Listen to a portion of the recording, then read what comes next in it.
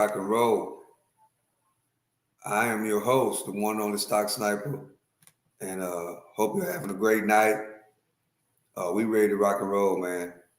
We ready to rock this show, and let me get everything ready to rock. Let me go to this. Yes, it's very important that we focus and pay attention to the things that really matter. You know, a lot of times, a lot of us don't focus on what really matters until shit really go left. But we got to pay attention to what matters every day, all day. You know what I'm saying? Because a lot of shit don't even matter, bro. It really don't. So we got to start focusing on what really matters. You know what I'm saying? Hold on a second, chat. Let me go get my water bottle. Cause just hold on a second. We gotta focus on what matters at this particular time, 2026 and beyond.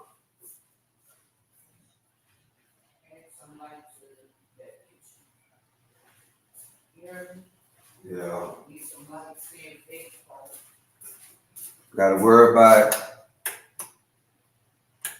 what really matters in 2026 and beyond. So many times we get caught up in what's going on, with the things that don't matter. We get caught up with things on the internet, and a lot of that stuff don't even matter. Okay, everything good to go. Everything streaming. Let's see. Okay, I can't. But yeah, chat, a lot of things don't even matter. We got to stay focused on what matters. A lot of times we think everything is going so great and lovely until shit hit the fan. And by that time, majority of the time, shit be too late. But guess what? What's going on in the world right now? If you ain't prepared, if you ain't on your P's and Q's, the government ain't gonna save you like last time. They're not. America can't save people like they did the last time when it came to the pandemic and a lot of people got saved. Well, this time in America, 6, 7, almost 10 years later, they ain't gonna save you. And as a matter of fact, they ain't gonna want to. So we have to start focusing on what really matters. And a lot of people don't want to have those type of conversations about what really matters, what we got to do to make sure we straight. A lot of people don't want to do that. A lot of people want to focus on the bullshit in the bubble gum. And the bullshit in the bubble gum really don't matter. So what we about to do right now is we about to react and listen to what the President of the United States is going to talk about when it comes to small business, which matters, because in my opinion, everybody needs to have some type of small business, some type of small business that's making something, some type of money, that's bringing some in, and like I say all the time, the easiest business to start is a delivery business in 2026. Not a t-shirt business, not a hamburger stand, not a hamburger joint, none of that. The easiest thing to start in 2026 is a delivery business, right? Because a lot of these companies, majority of these billion-dollar companies already have a whole lot of customers. All you got to do is partner with these delivery companies. That's it. The customer's already there. The money is already there.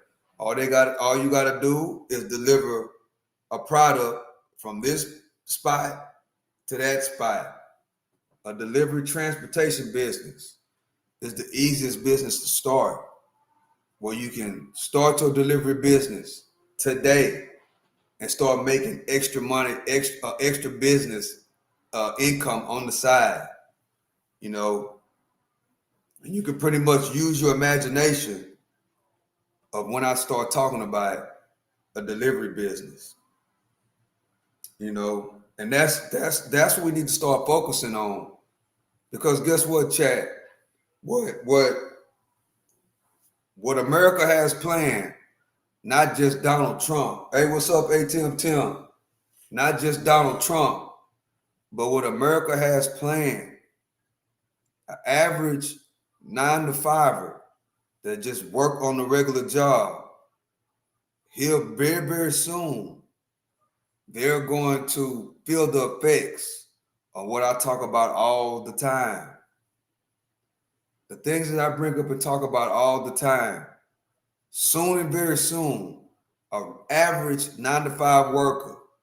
What do you mean by average, Stock Sniper? Somebody that go to work their 9-to-5 every day, don't participate in the company 401k plan, ain't trying to make no kind of investments. All they do is focus on 9-to-5 and that income only. Unless you're a doctor or a nurse or a lawyer or unless you something like that, over the next 10 to 15 years, you're going to suffer heavily if you are not opening up a small business. Is what we finna react to right now. This is going to be a powerful live right now. Of course, Donald Trump is going to talk like he talk, but if you pay attention and listen to what he say, it's going to make sense.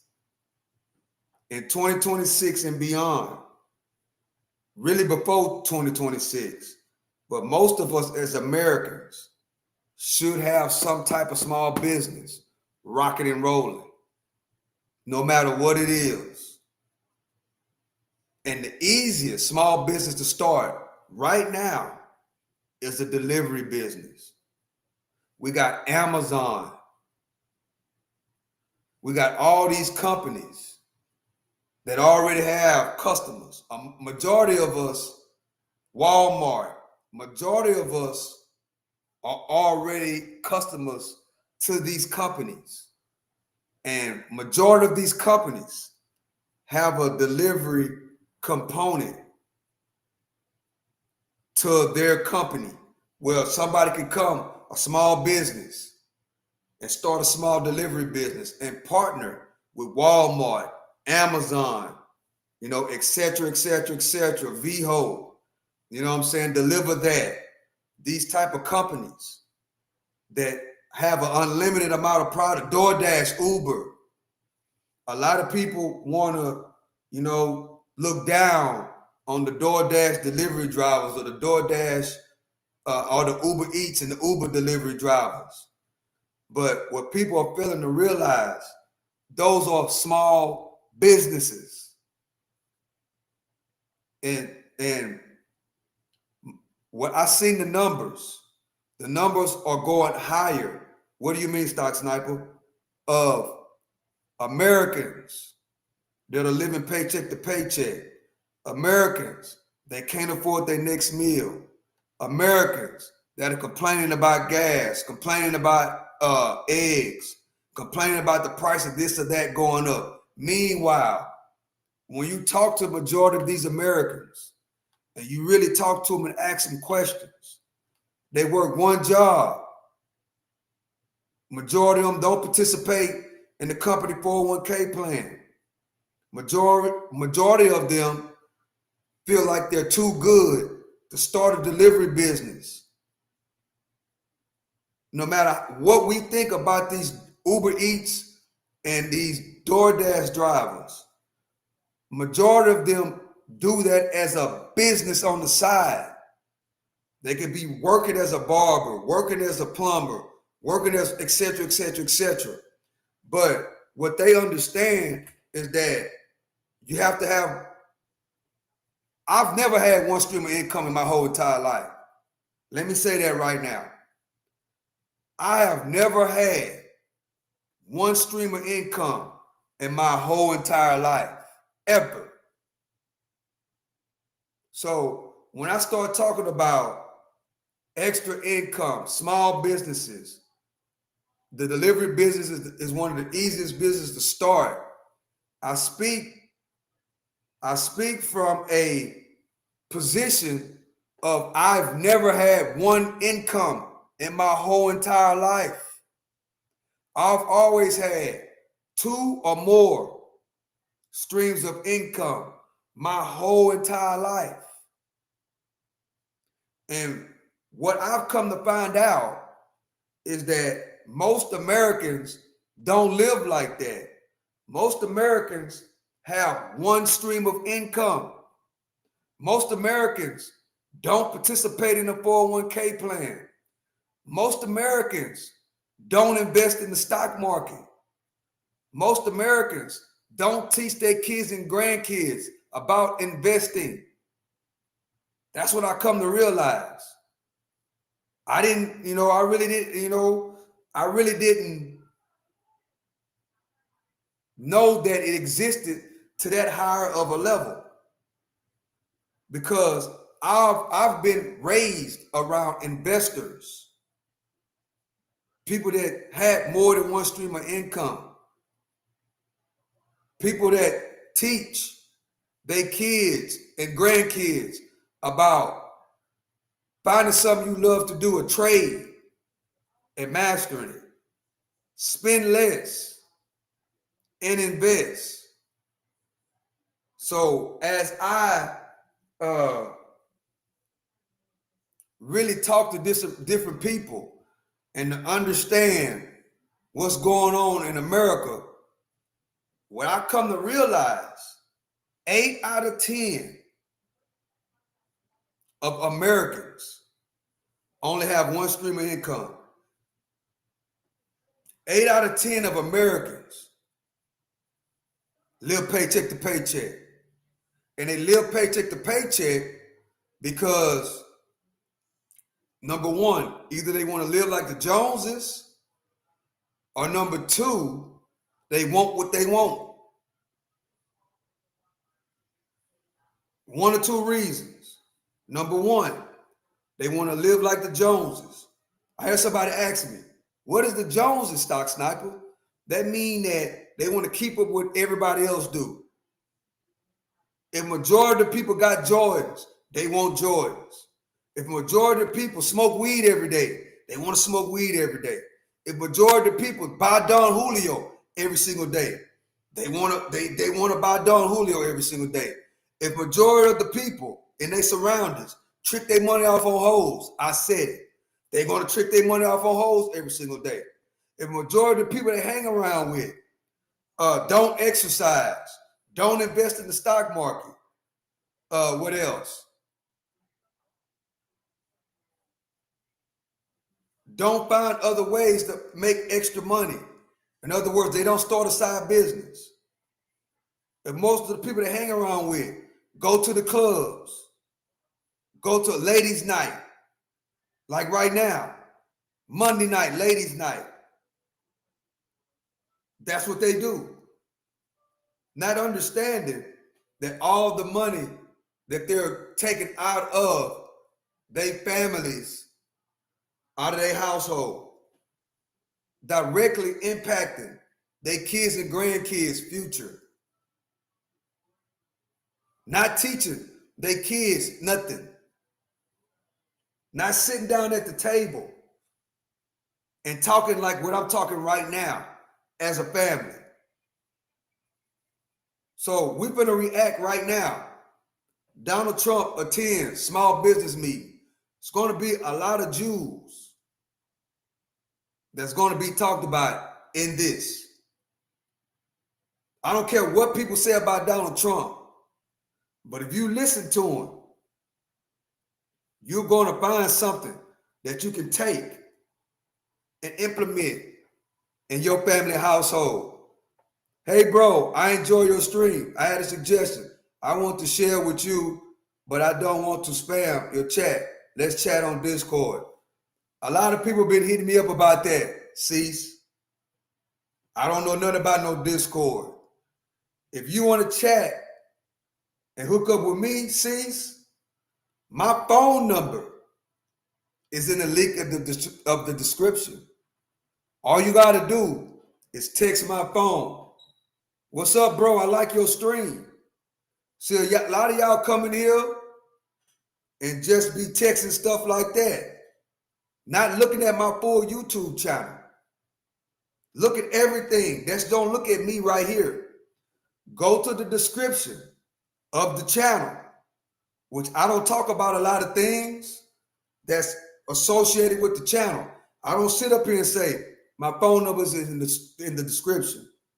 I don't promote the things that are on my channel. I just do what I do, which is, try to reach the people that I need to reach. See, that's another thing that we need to start doing. We need to start paying attention to the whole thing. My grandpa used to always say, you got to watch the film. You can't just look at me talk. Look at my whole YouTube channel. Look at what's going on. Then you'll understand, well, okay, I like his stream. I got a suggestion I want to share with him. His phone number is in the description. The easiest way to get in contact with me is by a phone, not by no Discord.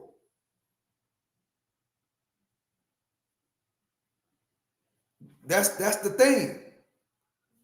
If you like what somebody do, if you like my YouTube channel, look at everything. And if you feel like you want to communicate with me, it's two ways.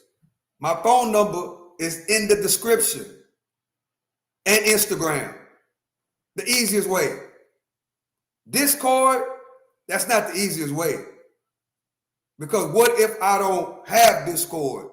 I got to download it. I got to jump hoodles, and I got to do jumping jacks, and I got to do backflips to get on Discord. When all you got to do is look at my channel and call me. Simple as 1, 2, 3. So cease on Kick. If you want to communicate with me, bro or sis, my phone number is in the description. You can text me right now. My phone is right here. That's who I take serious. That's who I take serious on the internet. People that actually go through my YouTube channel and see be nosy, as the old folks say. Be nosy and see. Oh, his phone number right there. I kind of like what he got going on this channel. Let me text him and say, hey, what's up, Stock Sniper? What's going on? Those are the people that I take serious on the internet. If you are not giving me a stock pick, telling me something that's beneficial to me in this chat, saying, hey, what's up? How you doing? Or calling me on my phone, I don't take you serious. And that's just what it is. So I appreciate y'all for joining me, chat. I'm your host, the one and only Stock Sniper. New here question: for or against Trump? Well, Jerry, I like Trump policies, right? I like his policies. I like his laws. I like what he putting down. I've been rolling with Trump since the 90s. I ain't just started rolling with Trump because he went for president. I read the book, The Art of the Deal, probably about 50 times. And actually, some of the concepts in The Art of the Deal helped me land my first property. So when it comes to laws and policies, I'm with Trump 100%. But I know how people are these days, Jerry.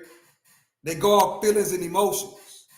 Now, as far as a type of person he is, I don't agree with everything Trump do, but I am a conservative.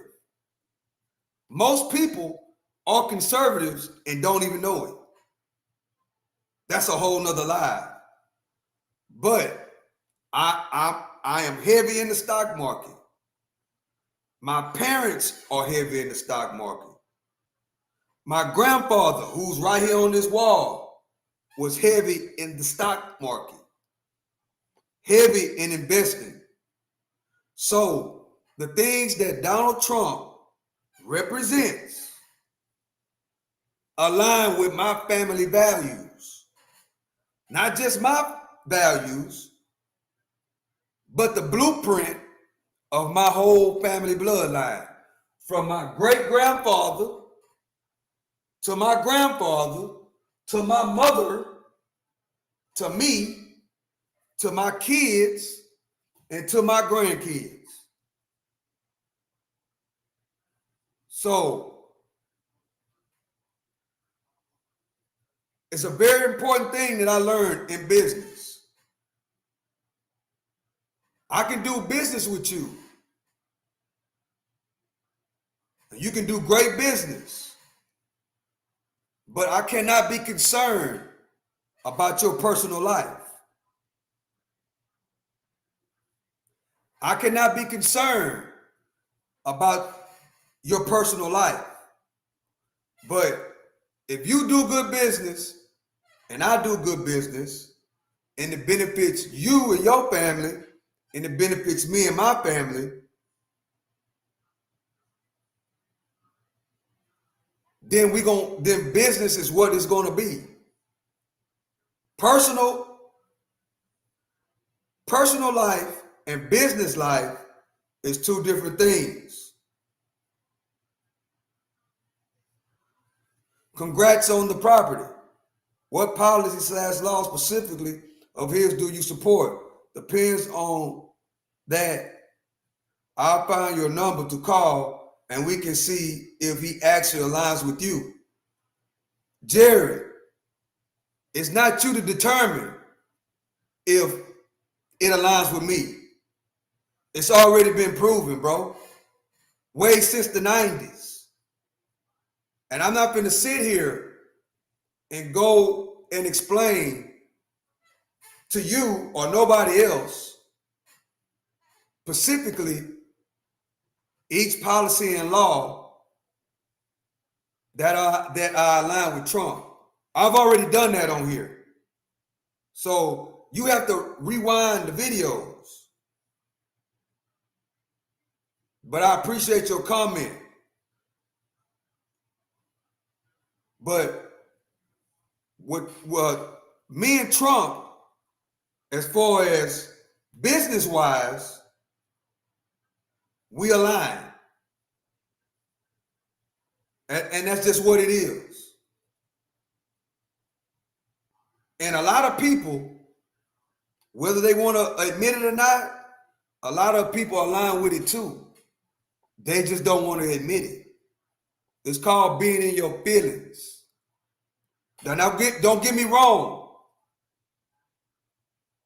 His personality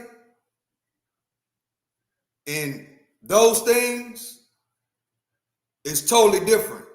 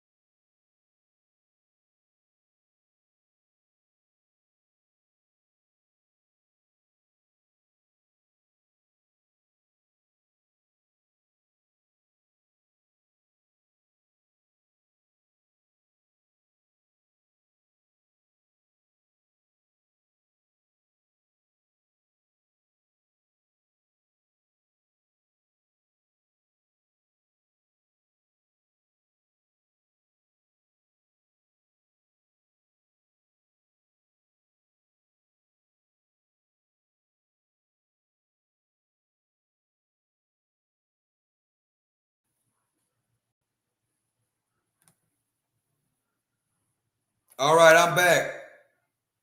I'm back, chat. My bad. But let's see, Jerry, you're right. I mean, just maybe one policy since I'm new here. Okay. One policy. One. I can say one. The First Step Act. That's one.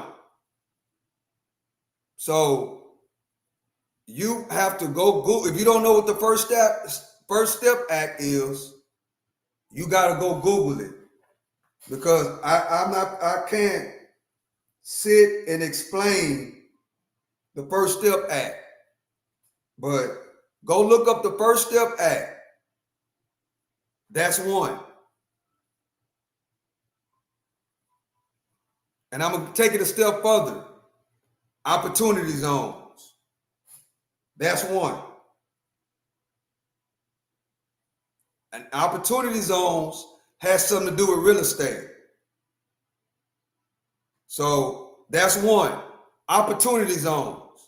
I said First Step Act, but then I don't know where your mind is going when I say the First Step Act. But the First Step Act has something specifically. It's called opportunity zones. Has something to do with real estate. That right there is just one. Which, The Art of the Deal, the book by Donald Trump. I read that book about 100 times. Way before anybody knew. Donald Trump was a Democrat when he wrote that book, The Art of the Deal. It's about making good business deals and different practices and how to create the best deal that you can create. That book right there is where I learned a lot of practices about business deals, real estate deals. So that book aligned with the First Step Act, since we're talking about laws and policies. But it started with in the 90s, way before Donald Trump ever became president. Way when Donald Trump was supporting Jesse Jackson. Donald Trump basically introduced Jesse Jackson to Wall Street. Donald Trump gave Jesse Jackson a building. Well, Jesse Jackson can create and start what we know as now as the Rainbow Coalition to help younger black people and black families as myself and my family understand about business, understand about coming from nothing and building something, understanding that life is a marathon and not a sprint. Donald Trump was the main supporter of Jesse Jackson. So I can go on and on and on about Donald Trump. On and on and on. So I don't know how old you are, bro, but Donald Trump was a heavy hitter and a big supporter of Jesse Jackson and trying to bring the black community where we are right now. We are able to invest in the stock market as a black person. Donald Trump was the main financier to make it where us as black people are able to invest into the stock market. See, a lot of people don't know that.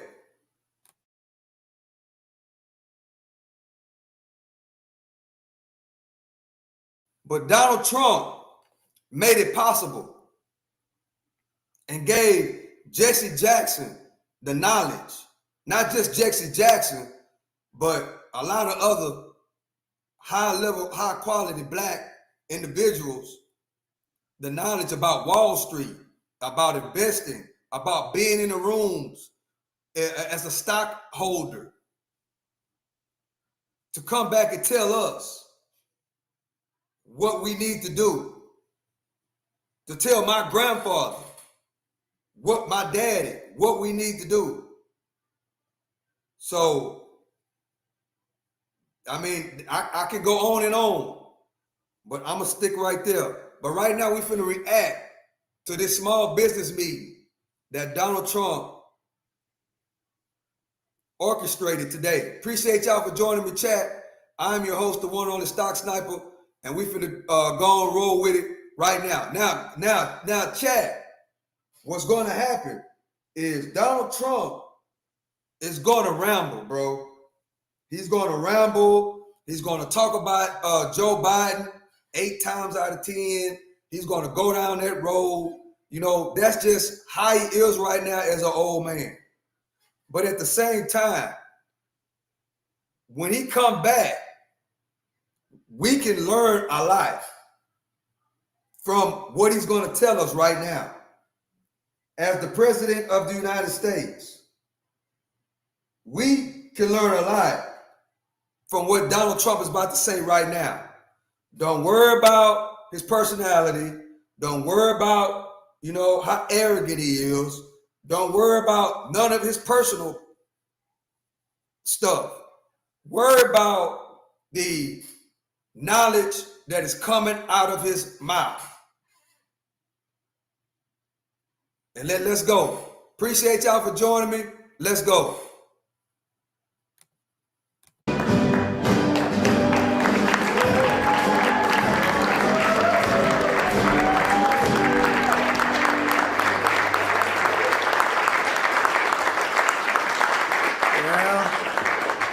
Great group of people outside. I just looked at their wares. I'm not sure about Jesse Jackson. What about apps like Robinhood? Well, Robinhood, if you long-term investing, Robinhood is good for long-term investing if you're new to investing. But day trading,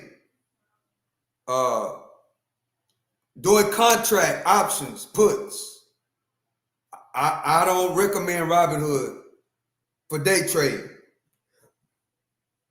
But for long-term investing, like you buy it, hold it,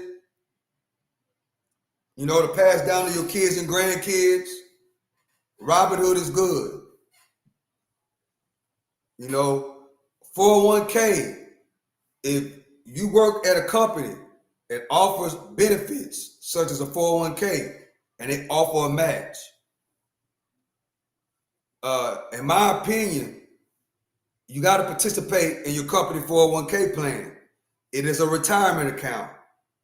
You know, but, you know, these days, Robinhood and these apps, they have IRA accounts, which is a retirement account. And the thing about those retirement accounts, you have to really understand long-term investing. And the thing about that, those investment accounts through Robinhood, you over your own investing account. You're over your own IRA, which is, you know, which is not bad. You just have to, you have to understand about investing. And you have to invest in the companies that you already know, like, and trust. But let's keep it going right here. Appreciate the question, you know. But Robinhood, you know, is good for new investors. It's easy to use and stuff like that. But I would also get a well-known brokerage account like Charles Schwab, Fidelity, you know, and you can always transfer the companies that you own out of a Robinhood into a more well-known brokerage account, like a Charles Schwab or Fidelity. Yeah, no, did Trump have anything to do with that thought? You said he allowed you as a black man to invest. Correct. Well, what Donald Trump did in the 80s. Matter of fact, and before we play this, I'm going to show you right now what I'm going to show you. I'm gonna show you. Then I gotta go back and run the show. But this, I'm gonna show you right now. You should understand right here when I play this.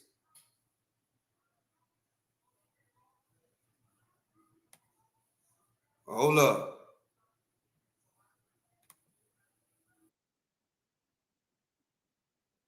This is what I was talking about.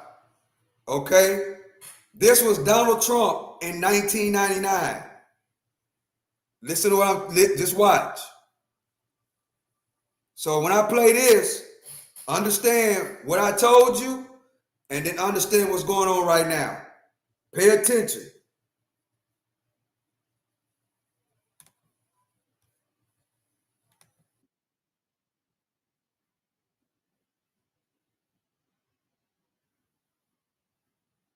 Wait, hold up. Man.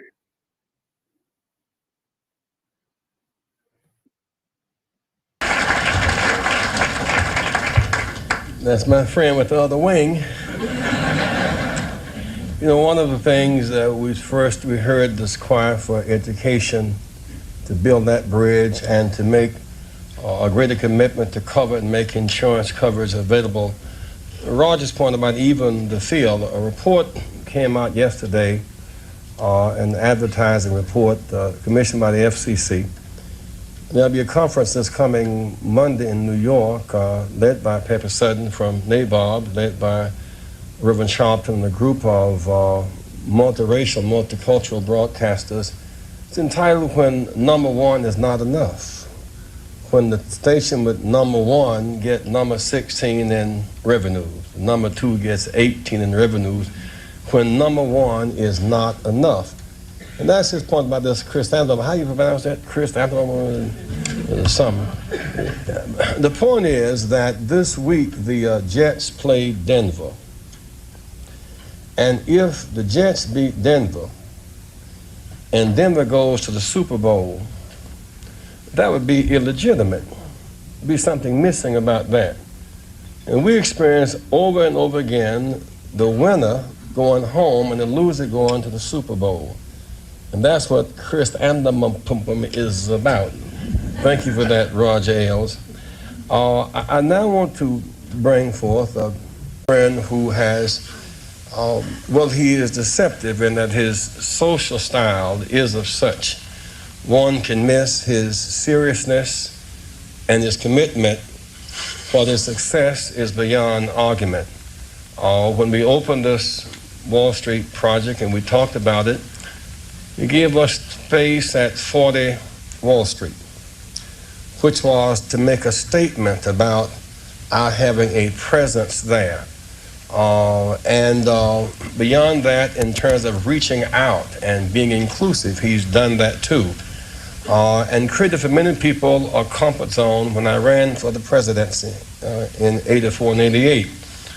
And many others thought it was either laughable or something to avoid. He came to our business meeting here in New York because he has this sense of the curious and a will to risk to make things better. And so aside from all of his style and his pizzazz, he's a serious person who's an effective builder of building with a builder of people. Last year he was a part of our workshop, of our panel workshop on what are the challenges and opportunities. And so this, a year later, Donald Trump, for a few minutes, challenges and opportunities to embrace the underserved communities. Donald Trump.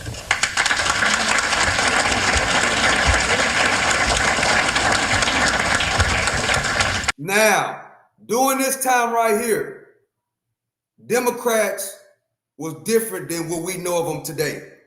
During this time, Donald Trump was a Democrat. A lot of people don't know Donald Trump was a Democrat. Donald Trump was a heavy Jesse Jackson supporter. Donald Trump endorsed Jesse Jackson to be the president of the United States. Donald Trump gave Jesse Jackson a building on Wall Street. Let me say it again. Donald Trump gave Jesse Jackson a building on Wall Street to help underprivileged Black African Americans and introduce them to investing in the stock market. Let's keep going. Well, it is an honor to be here, and I was with Jesse last year, and we had a lot of fun, and it was a little different. We had a real panel where you asked questions and everything, and we didn't do so much speaking, so I'm going to get off here very quickly because I want to hear some questions.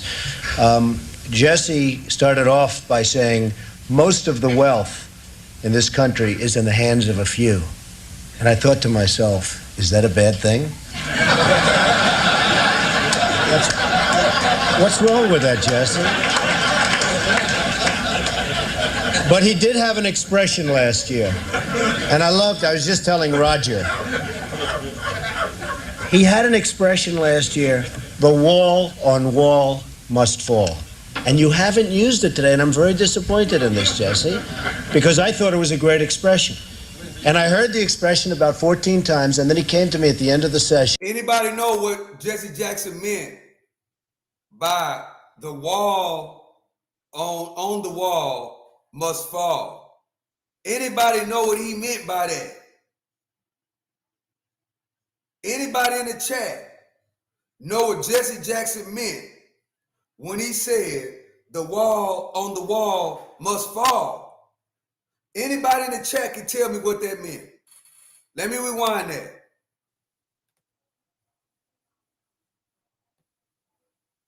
Rest in peace to Jesse Jackson. Pointed in this, Jesse, because I thought it was a great expression. And I heard the expression about 14 times, and then he came to me at the end of the session, and he said, listen, I want some office space in your building on Wall Street, because the wall on wall will fall. And I said, it's okay, Jesse, I'll make a good deal with you. That means that what Jesse Jackson was saying was that there's no way that Black Americans can get any kind of seat at the table if they are not invested into these companies. There's no way. At that particular time, they were not letting Blacks invest in the stock market. They were not letting Blacks in those stock board meetings. They were not letting Blacks listen and understand what's going on, not just on Wall Street, but the economics of America. America is an economy that is fueled by Wall Street, that is fueled by the companies that we know, like, and trust, the companies that we use every single day. The wall on the wall must fall, meaning that it's time for them to let Black people inside those stock board meeting rooms, those meetings that we're able to listen to today. We're able to hear earnings reports. We're able to hear what Elon Musk plans are for Tesla to roll out the robots and roll out Tesla Taxi, and what NVIDIA wants to do with chips and AI and all these type of things. What Amazon wants to do, and Google, shout out to YouTube, all the plans that these billion-dollar companies have. Well, before this, a Black person can't get inside the room. But because Donald Trump linked up with Jesse Jackson and gave him a building on Wall Street, He was able to be inside of those meetings and then come out of those meetings and come back to tell a lot of our ancestors what the discussion was amongst the stockholders and the $1 billion guys and the $1 million guys to do what? Give us an understanding on what we need to do as far as our finances. That's why we're able to do the things that we do to this day as far as buying stocks, understanding the stock market. That's why Donald Trump was a big part of that. As you should be able to understand that by this video. Let's go. Get you some space. You'll pay about $40 a foot. And he said, no. I don't want to pay 40. I said, how about 30? No. It was the cheapest deal I ever made in the history of 40 Wall Street. Is that right? He got it for nothing. He's a very tough negotiator. We know that, right? Nah, he's a terrific guy. We love him, and I'm here for him. And the snow came, and I said, gee, nobody's going to show up, and look at this place, it's packed. I do want to say a couple of things. First of all, where's Percy? Oh, okay. I thought you left, Percy. That would have been terrible. I get up and you leave. I would have been insulted. But, you know, he's been a special friend of mine for 25 years, for a long time. And Percy was the borough president of Manhattan when I was really starting out, and he helped me so much on the Commodore Hotel, which he mentioned before, which became the Grand Hyatt, and so many other things. And he is really, and I listened to him speak, and I said to Roger and Roy, listen to those tones, listen to that voice. Have you heard that before, by the way? What a beautiful tone, and what a beautiful man, and we love him. You really were a big help to me right at the beginning, and I really appreciate it, and you've done some great job. So I just want to sort of acknowledge that. Now, another couple, I'm sitting here with this man, Roy. If you want to borrow money, but with him you have to pay it back. That's the best. But if you want to borrow money on Wall Street, you go see Roy, because there's nobody like him at Goldman Sachs. And if you do want to run for president, you see this guy, you're 3-0. And when he left Bush, you know what happened to Bush's last campaign, folks? It wasn't very pretty. And now we have President Clinton, who's coming tonight. And I guess you like. Did y'all just hear that? Did y'all just hear that? This is when Donald Trump was a Democrat.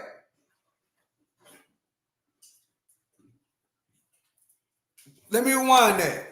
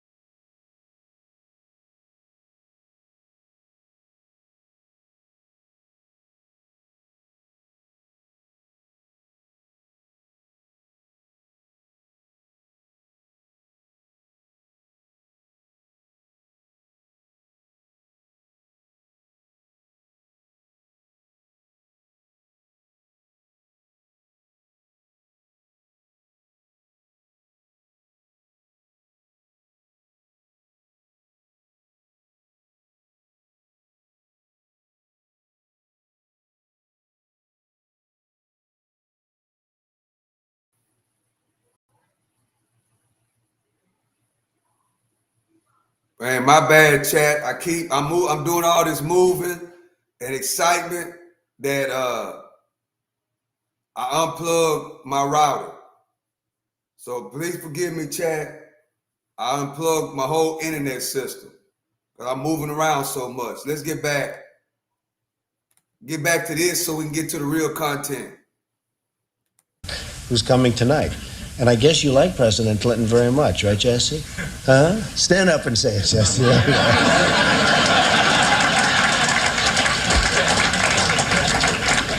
Well, I'll just say a few words. I mean, Wall Street and New York City and this whole region is doing unbelievably well. I'm building a job on the West Side, which is the largest job ever approved by the New York City Planning Commission. You see it going up along the West Side Highway. It's almost 10 million square feet. It's 18 buildings, and it's really going to be something. We're building a building that you probably heard of recently. It's the tallest residential tower anywhere in the world. It's 90 stories. People aren't happy about the fact that I'm building a 90-story building in New York City, but it's an as-of-right. It's called an as-of-right building, meaning you can do it by zoning, and it's going to be truly magnificent, right directly across from the United Nations.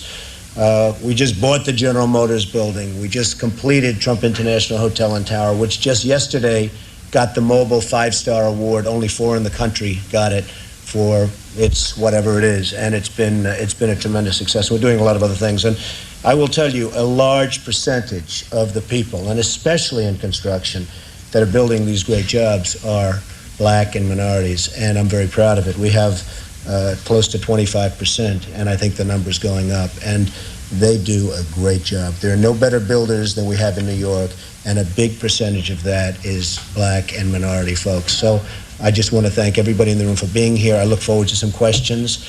And then I don't know how we're ever going to leave this building today, because if you look outside, it is terrible. But we'll figure a way. There's always a way. And thank you, Jesse, and congratulations.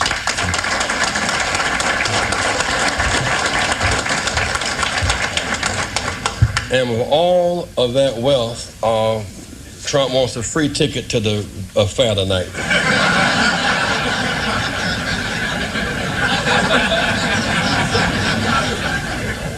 Freebie.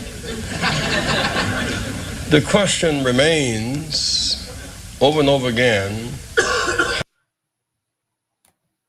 So yeah, let's go to the real content though, on the reason why we're here tonight. Well, you get a pretty much idea on what I was talking about, Chad. So here we go. And it's beautiful stuff.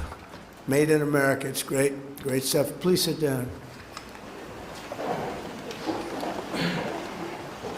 I'm thrilled to be with you and welcome you to the most fabulous place, the White House. There's nothing quite like it. People come from all over the world. Hold on, Chad, I'll be right back. King and Queen were just here, and they looked and they said, this place is just amazing. When they came into the Oval Office, they said, this is something. And they've seen some very nice places. They've seen some great rooms, but it is a very special place as we celebrate National Small Business Week. So let me begin by saying congratulations to the small business people of the year from all 50 states. It's a big deal. It's a big deal, and you can be proud of yourself. Our country's made up of a lot of small businesses, and that ends up being a really big business. As small business owners and operators, the people in this room represent the 36 million small businesses who create 40% of all economic activity in the United States. Think of that. A group of people added together. You're essentially the most important factor business-wise in the whole country. And this country is leading the whole world. We are now. That I can tell you by a lot. You're the lifeblood of the American economy, and with your help, we're truly making America great again. We're doing record business. We have a stock market that hit even with this military operation, call it whatever you want. We can't let Iran have a nuclear weapon. We hit all new highs, and I said we have to take care of business because we can't let that happen. So we did a little detour, and it's working out very nicely. They have no Navy, they have no Air Force, they have no anti-aircraft equipment, they have no radar, they have no nothing. They have no leaders, actually. The leaders The leaders happen to be gone also. But can't let them have a nuclear weapon, or you'd have problems like nobody would believe.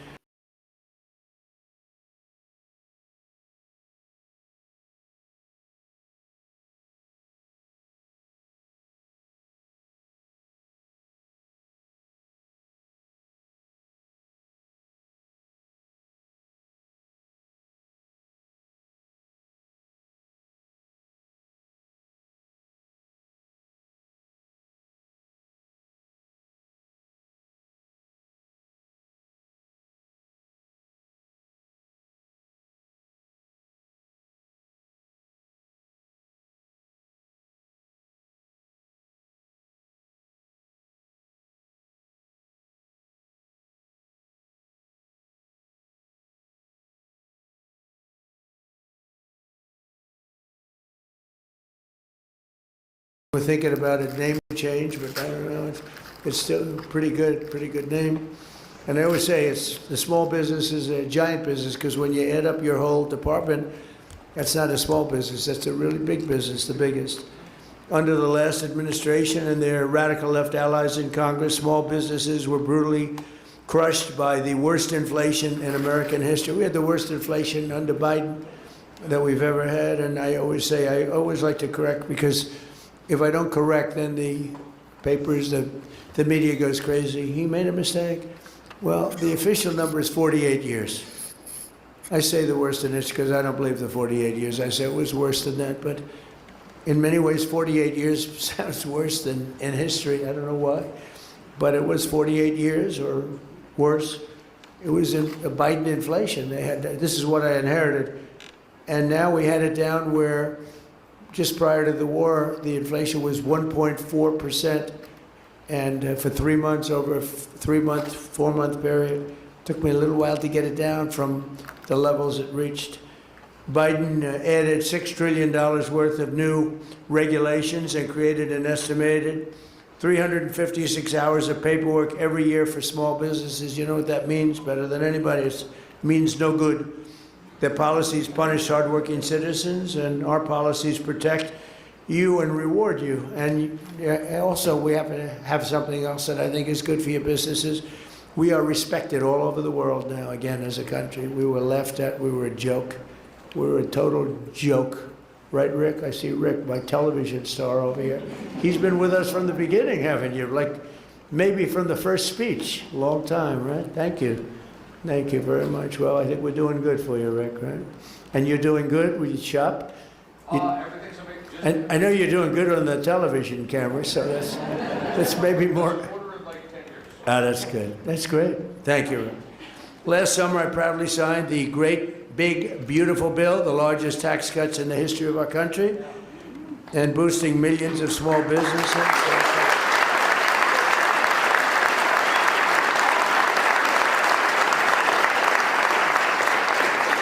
Boosting millions of small businesses. We passed no tax on tips, no tax on overtime, and no tax on Social Security for our seniors. That's big stuff. And we add that to the package that we approved in my first term. We had the best financial years in the history of our country in my first term, and I think we're going to blow them away this term. You know, in this term, we have $18 trillion being invested in our country. And if you look at the last administration, they had less than $1 trillion for 4 years. We have $18 trillion during 11 months. The 12th month hasn't come in yet in terms of the numbers. But in 11 months, $18 trillion investments. We have auto plants being built all over the country, AI plants and we're leading China in AI. And I'm going to go see President Xi in 2 weeks. I look forward to that, but I'll say I'm leading. We have very friendly competition, but it'll be a very important trip. We provided 100% expensing and bonus depreciation, which is tremendous. One of the biggest things that you have. I mean, it's people have no idea how big that is. The businesses do, so that businesses can deduct 100% of the cost of new facilities, equipment, and capital investment in the first year. It used to take 38 years of deduction. Now you get it done in one. You can take one so you can expand. I think that's what made us so successful in the first term, and now we have it for a 10-year period. so you have it for a while. I really was going to make it for a 1-year period. That would mean you spend all your money immediately. Now, unfortunately, I gave you too much time. I was sort of against that. I said, let's do it for a shorter period of time, but we did it. It's the right thing. And this way, when I get out of office in, let's say, 8 or 9 years from now, I'll be able to use it. I'll be able to use it for the job.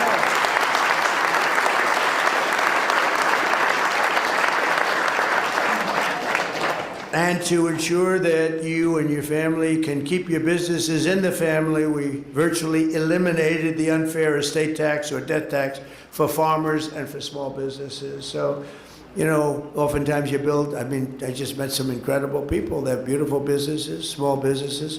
They want to have their children. Those businesses were all long-term. It was, the father was there, right? We're just talking about with the beautiful pretzels. I said, pretzels, oh, those look good. I wanted to take some right now, but I didn't want to be rude and rip your bag apart.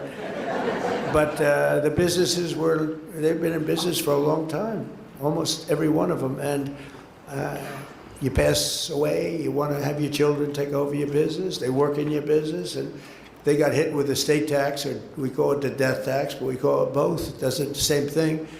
And they couldn't afford it. They went out, they take the business, they mortgage it up to pay the tax, and they end up losing the business. They end up going bankrupt. They end up, in many cases, committing suicide. We have a lot of that. You have a lot, especially farms, you know. They want to be on that farm. They don't want to lose their farm. And it's land rich and cash poor. And they go out and they borrow and keep borrowing. We ended that. No more estate taxes on farms and small businesses. So I hope everyone's appreciative of it. Now, if you don't like your children, it doesn't mean anything. But if you do like to leave them to somebody that you love, then it's a big deal for them. You have other problems, but for them, it's a big deal. And I want to say thanks to these tax cuts. 12 million American small businesses got an average tax cut of over $7,000, and our pass-through deduction alone is delivering an average of $4,600 in savings to 8 million entrepreneurs, and is projected to generate $750 billion in economic growth for the country. So many, it's really amazing. I see it on the television. I don't call this fake news because this is real fake news, but when you look at some of the things that have taken place, we don't get covered correctly. But in terms of the truth, we're having $5,000, $6,000, $7,000, $10,000, $11,000 with no tax on tips and no tax on Social Security, no tax on overtime. And people are making sometimes 11, I've seen it just where they're asking people virtually on the street, how is it doing? And everyone's surprised, including me. I didn't know it was going to be as much, but I knew it was going to be a lot. But you have people that make an extra $7,000, $8,000, $9,000 a year between the no tax on tips, no tax on overtime is a big one. It's a big one. But the no tax on tips was great. I won the.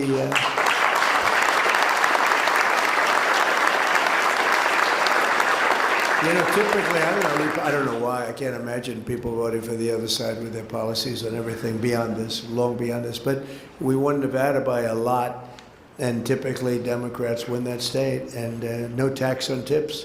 A lot of people getting tips in Nevada, so it had a big impact on people, and much bigger than they thought. And they're just now starting to realize how big and how really wonderful the great big beautiful, I call it the great big beautiful bill is, because we really, it should be called the great big beautiful tax cut bill and regulation cut bill. We put everything in 4 years. If we didn't pass another bill, which won't happen because you always want to keep going, but everything was put into this one bill. That's why it's called the great big beautiful bill. And one of the things that happened is we were going to do it over 17 different bills. And I said, let's give it a shot. Put everything in one bill, and thank goodness we did it, because the Democrats don't approve anything. They don't approve. You can have the best thing. It can be for security. Look at the security. They want to defund ICE. They want to defund our incredible Border Patrol. And they want to, essentially, they want to defund the police, but they don't want to say it. It's crazy what's going on. So We put it all at the beginning. We have a little honeymoon period, a tiny little honeymoon period in this case, so we got it all approved.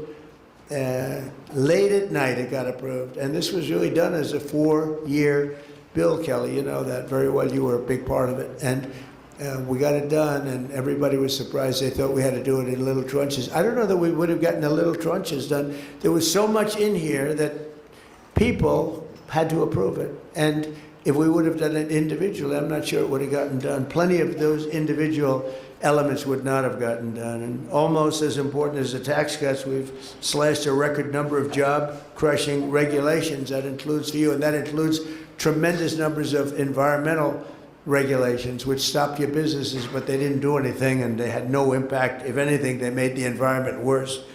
But we eliminated 129 old regulations for every new one that was approved. It was supposed to be 1 in 10, and it's turning out to be 129. So for every regulation, think of that, 129, we lose them, we get rid of them. It was supposed to be 1 in 10. We would have been happy with, we did 1 in 12. We started off 1 in 7 with my last administration. We got it up to about 1 in 12. Now I see we have a 1 in 129. So we're getting rid of 129 nonsense regulations for every new one that we pass. And thanks to these pro-growth policies, our economy is roaring, and factory construction is way up. Consumer confidence is way up. Business investment is more than triple compared to that of just a short time ago. And before I took office, nobody can believe it. And nobody can believe the $18 trillion number that we gave you, because it's a record for any country, not just here, it's for any country. And a lot of that had to do with November 5th, but a lot of it had to do with tariffs. We charge tariffs to companies when they come in. A couple of you were just saying to me that you're getting hurt by China and other countries making a product that's not as good, but it's less money because of the fact that there were no guards, no safeties for you, and we've changed a lot of it. Some have said you've absolutely saved our business, but because of the use of tariffs, we have all this money, because if they come in and build a business here, if they build their plant here, there are no tariffs.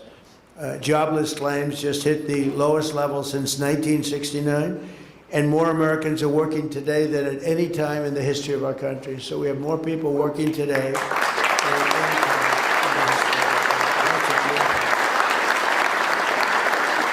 That's so beautiful. I mean, what could be better than that? You say, like somebody was saying, oh, will AI take our jobs? Well, we have a lot of AI up. They said, it's going to take jobs. I said, well, you're probably right, maybe a little bit, but it's going to create a lot of jobs. And did you know that more people are working in the United States right now than ever before? They said, no, is that true, really? That's the end of that argument. And a lot of good things are happening. And leading in AI is very important, because that's a tremendously big industry. And we want to be able to lead. Primarily it's China, but other countries are very much active in it also. Under the last administration, 1 in 4 new jobs was a government job, but since my inauguration, 100%, think of that, 100% of all new jobs have been in the private sector, 100%. We cut a lot of government jobs.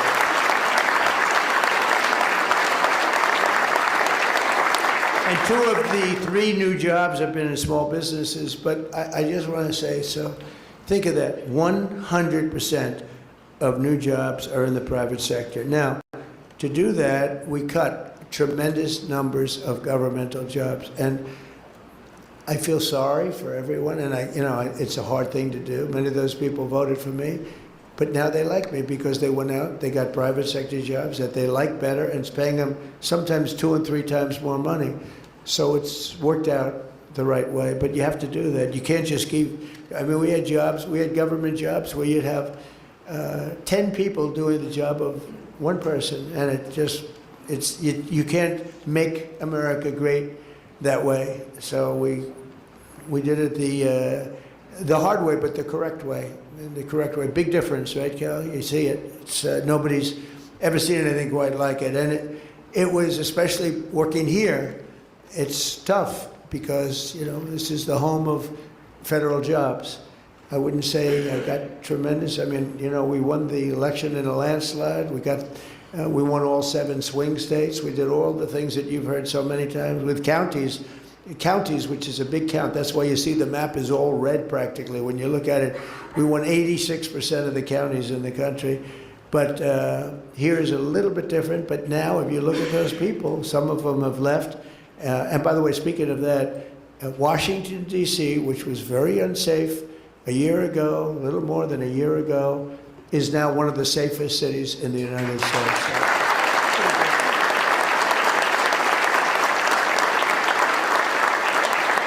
So we had to cut the jobs because we were way bloated with federal jobs. And, you know, I could, with one swipe of the pen, I could say, let's have no employment, and I'll hire 1 million people or 2 million people. I say, we just hired 1 million people, and we have absolutely no employment. And that's what they would do. They'd have bad numbers coming up, so they'd hire a couple of 100,000 people, and the numbers would look okay. With me, it's the exact opposite. We terminate a lot of federal jobs that are unnecessary. And they don't like me for doing it, but a year later they like me because they end up having a much better job, oftentimes in a place where they'd much rather live. You know, they go to the place that they want to go. They're not stuck in Washington or someplace else. And they do much better. And in the end, I mean, I've had a lot of people come up, they say, I was so angry at you, but now I'm making sometimes 2 or 3 times the money in a job that I really like. So you got to do what you have to do. You have to, politically, I don't know if it's good, bad, or indifferent. I think it's probably bad, maybe politically, but in the meantime, I'm in the White House, so maybe it's good. A lot of times,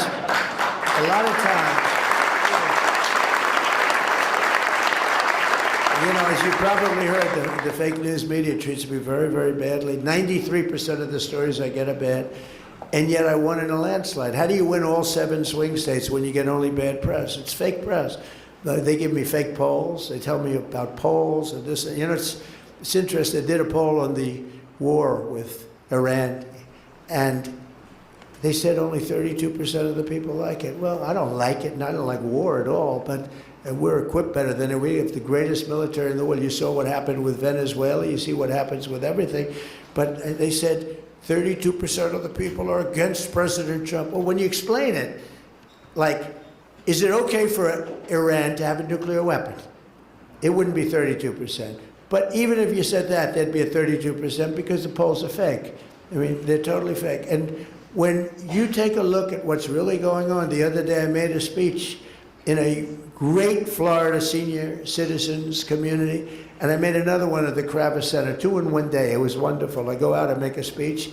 Then I say, all right, let's go home. Sir, you're making another speech, and this one's in front of the richest people in the world. I went from an unbelievable group of seniors. Now, of course, I'm not a senior. I'm far younger than a senior. It's true. I feel the same as I felt 50 years ago. I don't know. There'll be a period of time when I don't tell you that. There'll be, because I'm honest, I'll say, it's not looking good. I have to be careful. If I said, as an example, I'm not feeling well, they put on, Donald Trump is not feeling well, because they won't know that I'm using that as just a reference point, and they'll say, listen to this. I'll say, I'm not feeling well. Well, someday I might say that to you, and you'll be the first to know. Actually, I won't have to say it, because you'll be able to see it, just like you did in the last administration. You know, one of the things I said is that we should have, in my opinion, anybody running for president or vice president should take a cognitive test. And no president has ever taken one except me. I've taken 3 of them, and I've aced each one. 1 in the first administration, 2 over here. And whenever they get a little sassy, like, does he still have it? Does he still have what it takes? I say, all right, I'll take another one. And they are hard. There are many people in this room I know that are smart. They're not going to ace them. There are many people standing back there, the fake news media. I'd like to have them. You know, the first question is very easy, and they always show the first question is, you have a lion, a bear, an alligator, and what's another good? A squirrel, okay? Which is the squirrel? So they show that question. And then the first 4 or 5 questions they get a little more difficult. By the time you get to the middle, they're tough. By the time you get to the end, I don't want to be insulting, but there won't be, I'm not going to do what Gavin Newsom said. You saw him? He said, everybody in here is stupid, and he's stupid. I think it was the worst political interview I've ever seen. He said he's stupid, he's dumb, he gets bad marks on everything, he can't read a speech, and nobody wants to report that. It was the worst, but I won't say that because I think everyone in this room is brilliant, but nobody's going to get all 30 questions correct. Nobody. Because when you get to those last questions, they're pretty hard. You got to be pretty sharp. But every time, so I've taken 3. No president, think of this, has ever taken 1. How do you think Biden would have done? I don't think, he might not have gotten that first question right. Anyway, and Obama would have done poorly. They would have done very poorly. But I think you should have it. As soon as they said that, they say, it's unconstitutional. And I said, why? They say it's unconstitutional to give a cognitive test like that. But Rick, I do it anytime they start getting a little sassy. And you know, it quiets them down for almost a year when they hear the result. One doctor said, it's the first time I've ever seen anyone get all questions right. That's a doctor who does this stuff for a living. And I did it 3 times. So I don't know. I think I'm done with those days. I'm tired of taking that test. You know, you sit before a group of doctors and they ask you questions. I said to Ronnie Jackson, he was original, right? First time. I said, so what do you think, Ronnie? They call me a genius who's going to destroy the country. Then they said, he's a genius who's taken over the entire world. And they said, he's a total moron. This guy is so stupid. And then, so whenever I hear that one, I say, let's take the cognitive test. But I really think it would be a great thing if you could do that. They say it's not constitutional, but I think it would be good. And I can tell you, a lot of the people that run these small businesses, you could take the cognitive test and you could do a lot better than some of the people that we talk about. But I really believe it. I think it's so important for our country. We have to make sure we have the right people leading this country.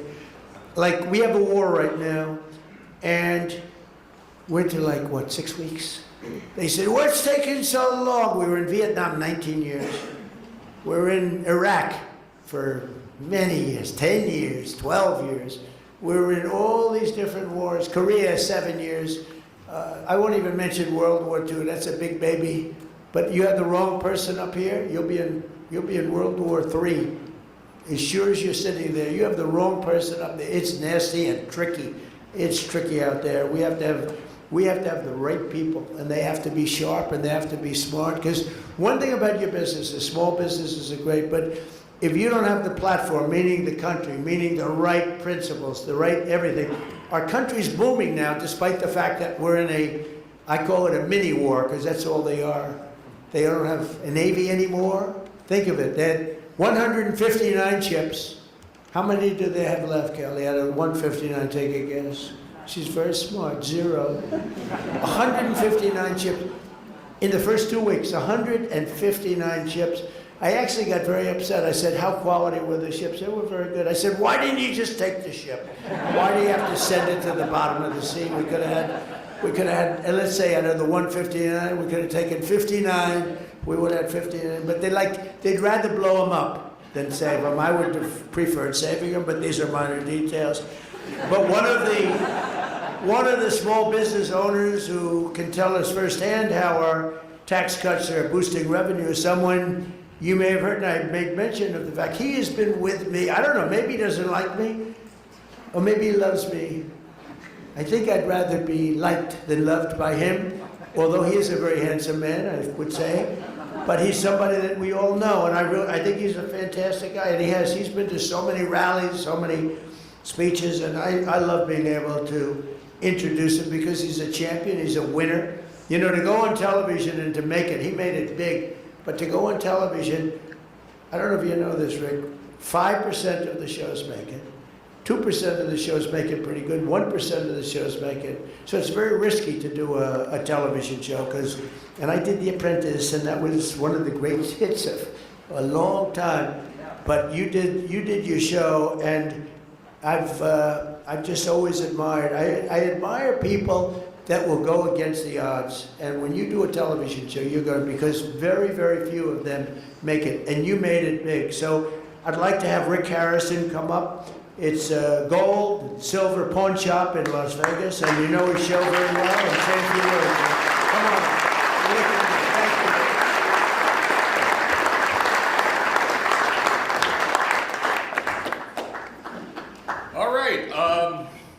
You know, usually I have like announcement rallies and they give you like 3 minutes notice and I can't come up with a speech, and Labour like literally just told me a couple hours ago to take a little speaking.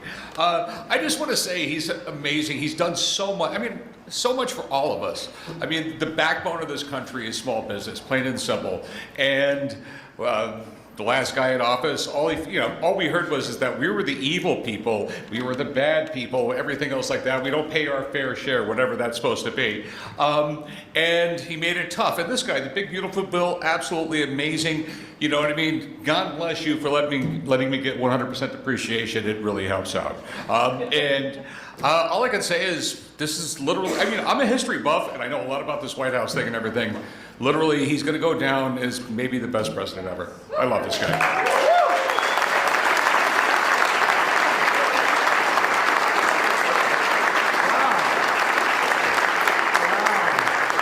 I'm glad we didn't tell you, because actually that was much better than when you're fully prepared. When he comes up fully prepared. No, that was great. Thank you very much. And very special guy. Thank you. Very nice. One of the strongest, and by the way, right behind you, see this? You call it a room. This is the biggest room in the White House. It's not big enough to have anything. We had the king here. We had like 102 people, and we could have had 2,000 people, literally. But this is, I call it a knockout panel. See, some people would say, oh, that's a curtain. Underneath that curtain is a window. Outside of that window is the new ballroom. So I said, I'll get out of here and I'll let you guys, if you want to see a beautiful structure going up, complex, safe, things that could never happen like happened a week ago. That was a pretty bad situation. You can't have 1,000 units over the ballroom with an entrance right next to where you are for a lot of reasons. So if you want, we're going to open that up. I think later on you'll open it up, let the people take a look, and it would be pretty good. Not as exciting as looking at oil wells like Chris gets to do all day long, right? And speaking of that, we're doing well in Venezuela, right? It's working good? Yes, we are, Mr. President. Yeah, Yes, we are. that was good. That war took us approximately 48 minutes. And actually,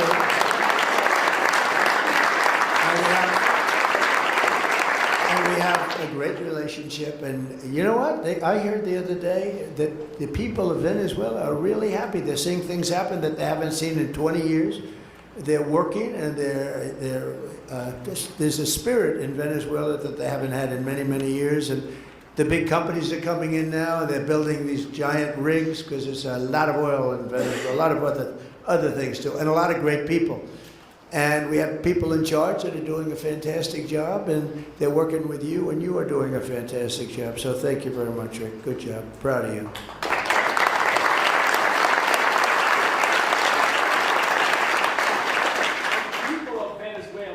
Very thankful for your proud and bold leadership to change the trajectory of their lives.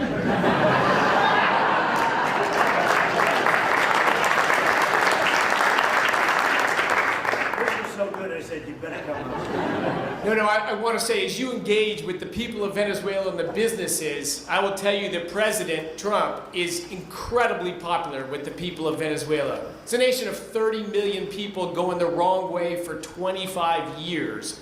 And a bold leadership of this president changed the trajectory of that country, changing the futures of all those people, wanting millions of Venezuelans abroad to go back to that country. American businesses are stampeding in to invest in that country.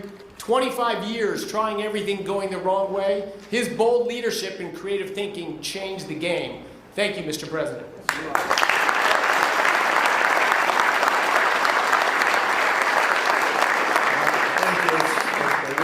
We have a great relationship. We have hundreds of millions of barrels of oil coming out of Venezuela, going to Houston and different places to have it refined. And we're sort of, it's almost really a partnership.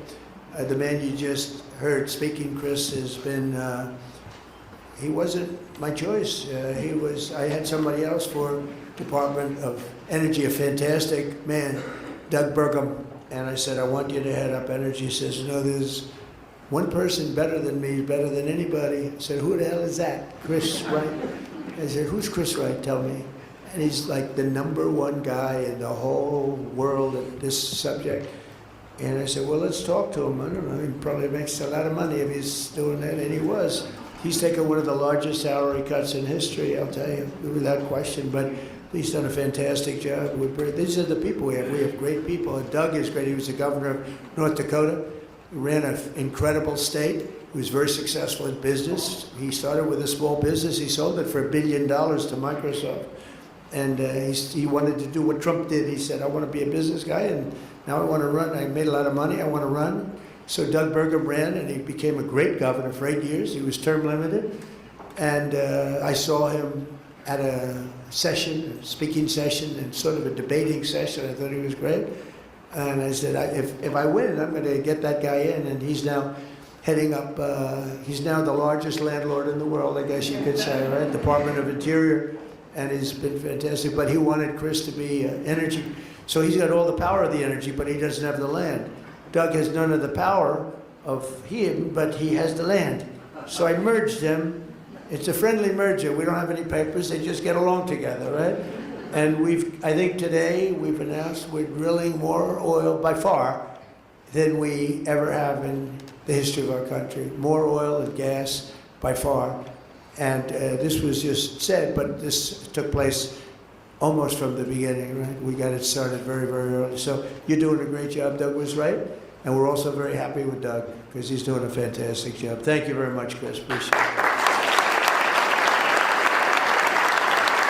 So one of the strongest effects of our tax cuts and tariffs is the Trump manufacturing boom, is what they're calling it, because that's what we have. We have never had anything like what's happening now. And when I talk about, again, the $18 trillion, that's coming in and building places. And as we speak, American companies are ordering core capital goods for factory construction and operation expansion. And you saw the construction numbers. Now, the plants will be opening over the next period of time, pretty soon. But, you know, we just got started. And these plants are going to be opening. Right now, the big numbers, the construction jobs in the country are going through the roof. And ultimately, when the plants open, then you're going to have manufacturing jobs, because right now, the plants, many of them haven't opened, but they're under construction. When you see the final numbers, you're not going to even believe what you are seeing, because there's never been any construction boom of factories like we have right now. We lost our car industry. We lost 54% of our car industry to Canada, Mexico, Germany, Japan, South Korea, other countries. 54% over the years, over a period of probably 30, 35 years. And they're all coming back. They're all coming back. And they're coming back at levels that has never been seen before. It's pretty amazing. Well, you see, you'll see it. It can't be disguised by our friends that would, I guess, I don't know. I see so many of them smiling, having a good time, that I actually think they probably like us. I think their bosses say, treat Trump as badly as you possibly can. But they had so many good faces, and so many, they are a lot of professionals there. But it's the highest rate in over 4 decades. And under 4 years of the Biden administration, real wages for manufacturing workers fell. It fell $840. Under 1 year of Trump, wages for factory workers, manufacturing factory workers, increased by $2,500. So think of that. Under Biden, it fell $840. And under Trump, it went up $2,500. That's quite a difference. And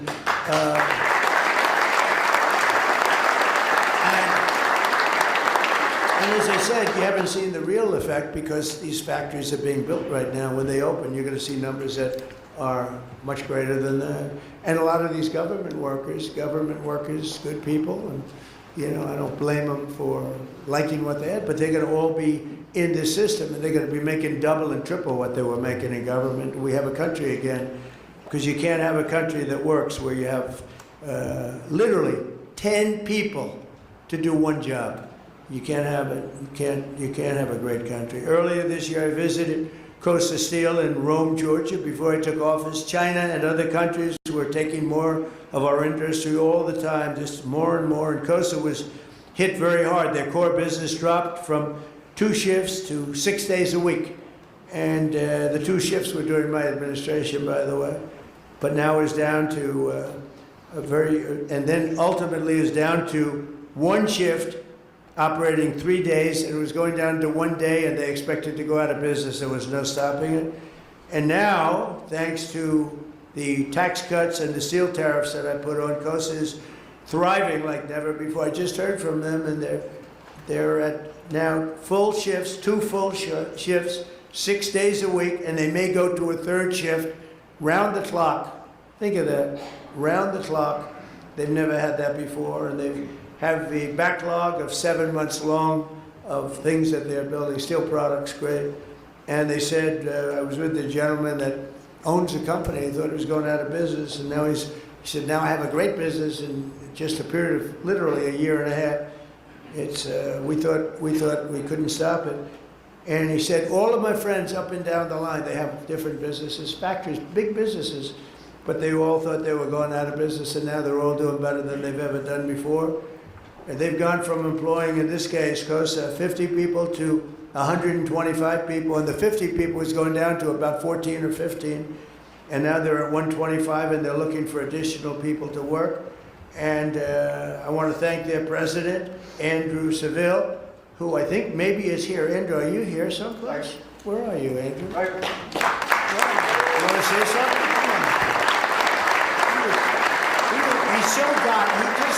He really understood what was happening, and I think it would be nice. You weren't supposed to speak, so I hope you're not nervous.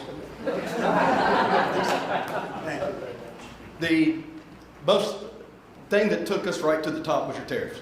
And I think everybody in here that runs a small business, the tariffs had an effect on you one way or another, and that has just taken us, all the jobs that were going to China, you brought them back, and it really took us to the next level.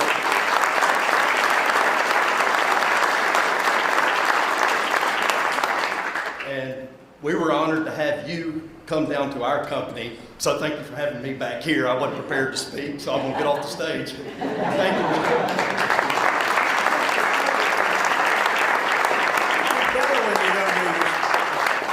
You know what? It's a little truth to that, Rick. Sometimes you don't think you're going to introduce somebody, you know they're in the audience, but they don't know, and they end up doing better because they speak from the heart. They have no choice. They can't think about all night long, what am I going to say? And then you get up and you bore the place. No, it's very good.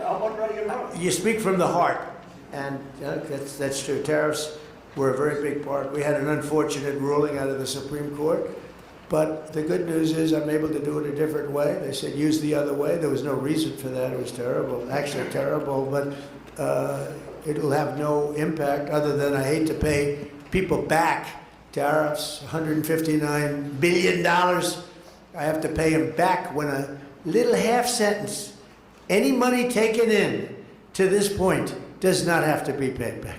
We would have saved $159 billion, and I cannot figure it out. How could anybody do that? But they did it. We have other ways of tariffing, as you know, we're already doing it. And actually, they're more tested, they're stronger. A little bit more complex. I like to keep it as simple as possible. And in many ways, they'll be better. It'll be better. I just want you not to think that because of that decision, the tariffs will actually be higher. It's turning out they're going to end up being higher. But it's made our country rich, really rich.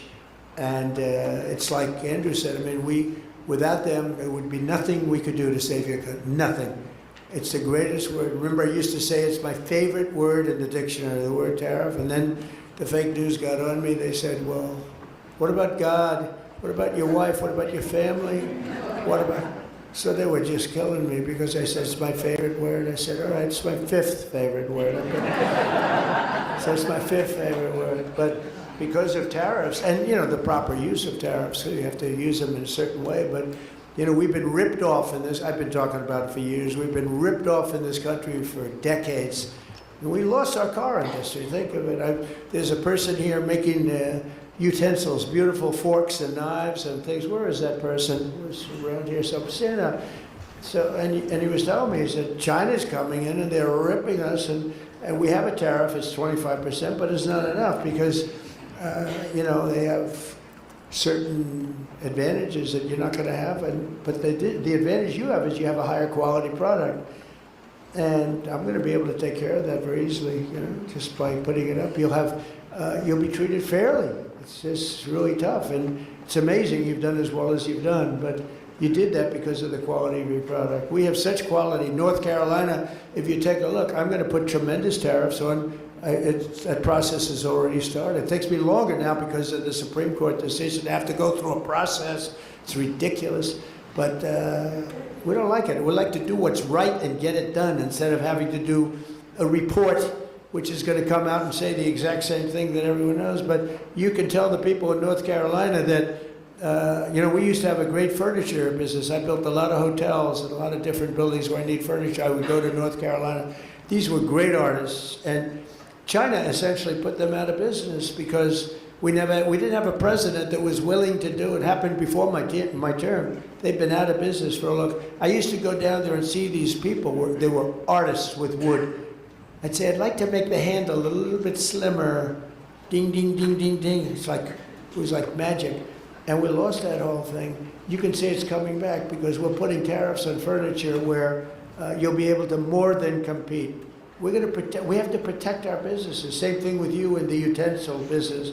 Your stuff is so beautiful, but it's very tough when you're competing against something that is cheap and, because of the lack of protection that you've been given, it just puts you out of business. So you actually said thank you for the tariffs, but the tariffs really aren't high enough, in my opinion, in that particular thing. But with the furniture, we're going to bring all the furniture back to North Carolina, and you're going to see it'll be as robust as it was 25, 30 years ago. The greatest furniture people in the world, and they got stolen. They really didn't take them.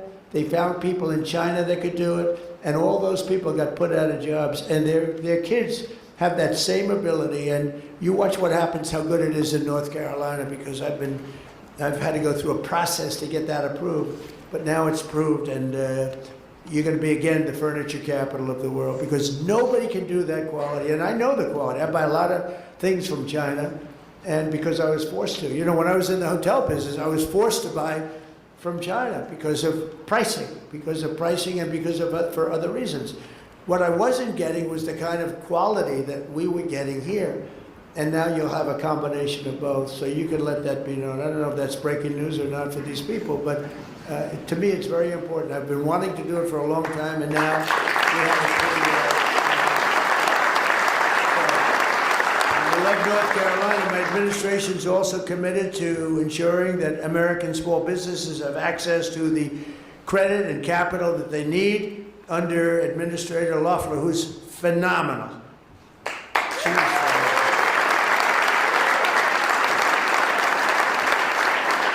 And she's got a great husband, Jeff, and he's a friend of mine, and he's a very successful man, and he's a great man, and he's got a great wife, and I'm so happy getting her in this position. She replaced a woman who is a very legendary woman, Linda McMahon, who's now in education. She's doing a great job. She's moving education back to the States where it belongs. But last year, Kelly, our Small Business Administration issued $7 billion in loans to 11,000 new startups, as well as $1.3 billion in loans to 3,000 veteran-owned small businesses, and $3.2 billion, they're a big business, That's why I say, how can we call it small business? $3.2 billion to American manufacturers, helping restore those beautiful words, made in the USA. Well, we're using them more and more. We have things being made here that nobody thought it was even possible for it to come back. Like you'll see in North Carolina with the furniture. It'll come back very, very rapidly. So, Kelly, I'd like to ask you to say a few words, please.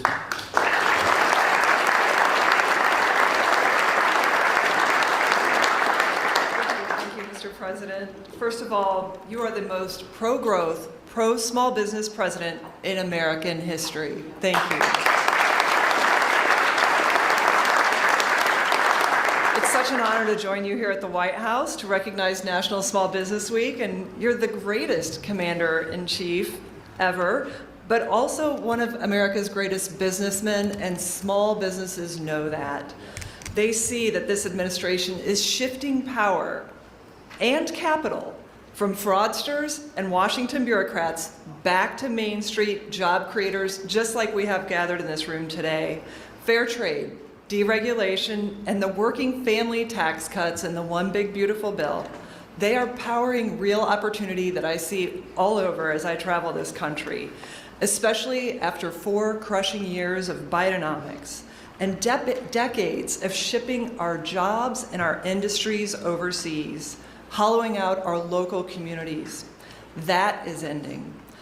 As I travel the country each week, and Mr. President, I've traveled with you from Iowa's Machine Shed restaurant to Georgia's Coosa Steel factory, America First policies are restoring the American dream on Main Street to new heights.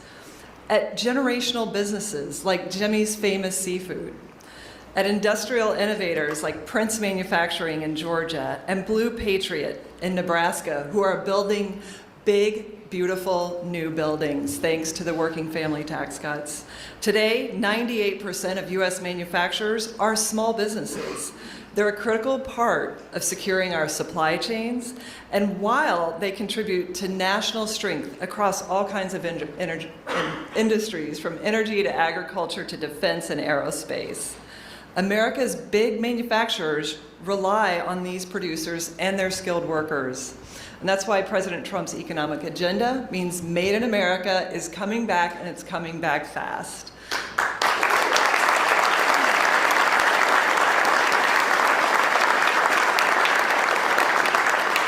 Now, at the Trump SBA, we're helping to fuel that growth as the most free enterprise agency in the federal government. In 2025 alone, we guaranteed a record $45 billion in lending to 85,000 small businesses through local banks. That's an all-time record at the SBA, and we did it with 53% fewer staff at the agency.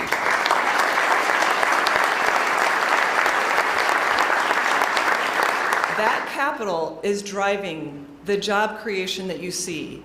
Record small business formation. This year, record small business formation and growth in communities all across America. It's such an honor to highlight the award winners that are here today and the vital role of hardworking small businesses that do their jobs every single day. They are America's backbone. From our farms and restaurants to our construction companies and our manufacturers and our trucking companies. Thank you, Mr. President, for recognizing that small business is big business. 250 years ago, our founding fathers were also entrepreneurs, small businessmen. With the America First agenda, that legacy continues. America is open for business again. Thank you, Mr. President.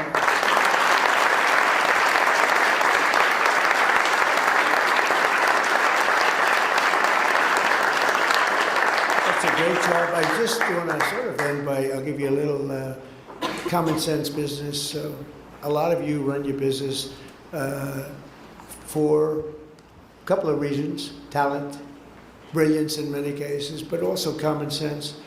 And I'll give you just one little anecdote. We have a beautiful, potentially beautiful, built in 1922, it's a long time ago, reflecting pond in between the Washington Monument and the Lincoln Memorial. It's 2,500 feet long. That's taller than, I think, any building in the world. That would be if you lay it sideways. It's 2 Empire State Buildings, more than that. And very wide, 167 feet. And for years they've wanted to fix it, rebuild it. It's granite. The stone is good, granite's great, but it was leaking because it's little pieces of granite. Very, very expensive when they did it, but it always leaked from the day they built it. In 1922, and it leaked badly, and they've looked at fixing it for decades, really fixing it, and it wasn't working, it was too expensive. And the final price we got fairly recently was to fix it as $350 million because they were going to take the granite out and they were going to replace it with new granite, new stone, tighter joints, all that. It was going to take 3.5 years. And I heard about it, and I called Doug Burgum, and I said, Doug, what do you think? I built a lot of swimming pools, hundreds of swimming pools in different times. I said, let me look at that surface. So it's granite, so granite is virtually indestructible, but it was filthy dirty. It started because I called, because it was so dirty, it was disgusting. people call me and they say, you know, it's a shame. I'm looking at the Washington Monument and this thing is terrible. The water is dirty. There's cartons of stuff in it and everything is just so horrible. And I said, wow, that's terrible. We can't have that. I actually had Secret Service. I said, drive over there. I want to see it. Sir, we won't be able to do it. I said, just do it. And when it was terrible, I looked at it, terrible. So think of that. So it was going to cost $350 million. So we're going to take the granite out, put new granite, and think, you know, consider it like as tall as the tallest building in the world, if not taller, and laying on its side. And I said, wow, that's terrible. $350 million. It's going to take 3.5 years. 3.5 years it'll be, and you know 3.5 years means 5 years. $350 million means $500 million to fix a thing. And I said, you know, I built all these swimming pools, and they're phenomenal. They're 20 years. I have one up the road where it's a great club on the Potomac River, and I bought it up at 21 years ago, and I built a beautiful Olympic-sized pool. And I asked the other day, I said, how good is the pool? Oh, it's beautiful, sir. I looked at it, it looks like it's brand new, it was done 20 years ago. So I have some very good contractors, some good, one or two in particular. And I said actually the three best, I said, do me a favor, fellas, go take a look at the reflecting pool that sits in between Lincoln and Washington, the beautiful, what should be beautiful reflecting pool. And one of them who came back, who's really, I would say the best, but they're all good. He came back, he said, what an exciting job, sir. I said, so how long would it take you to redo it? He said, well, we have to fix the surface a little bit, create something good and solid underneath. That'll take about a week. And let's say it'll take me to put the new material. Now, the swimming pool is good, but he said, sir, I'd get commercial grade. What is that? He said, that's much stronger, much heavier, meant for commercial. It actually looks better. It's more expensive, sir. I said, that's okay. I said, how much will it cost? I think we can do it for about $1.9 million. So he said, what color would you like, sir? And I said, well, you know that beautiful color that we have in Florida? He said, this is in Florida, sir. We don't have that green-blue around here. We have blue water. But he gave me a choice of 50 colors. Now I'm going crazy. I'm saying, now think of it. If we put the granite, you know what your color is? It was gray. It was gray. Not a good-looking color. So even if you did it, it's not good. So I said, we'll do a beautiful job. I think that I'd like to recommend a color that I've used before. It's beautiful. What's it called? It's called American Flag Blue. I said, that's the color I want. I said,